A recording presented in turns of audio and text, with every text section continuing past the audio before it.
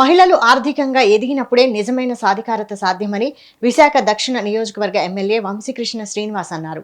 అల్లిపురం నేరెళ్ల కోనేరు వద్ద 32వ ward corporator doctor కందుల నాగరాజు ఆధ్వర్యంలో అంతర్జాతీయ మహిళా దినోత్సవం వేడుకలు నిర్వహించారు. ఈ సందర్భంగా పలువురు మహిళా పోలీసులు, వైద్య సిబ్బంది, అధ్యాపకులు, మహిళా జర్నలిస్టులను ఘనంగా సత్కరించారు. అన్ని రంగాల్లో పురుషులతో సమానంగా మహిళలు రాణిస్తున్న తీరును ఎమ్మెల్యే కొనియాడారు.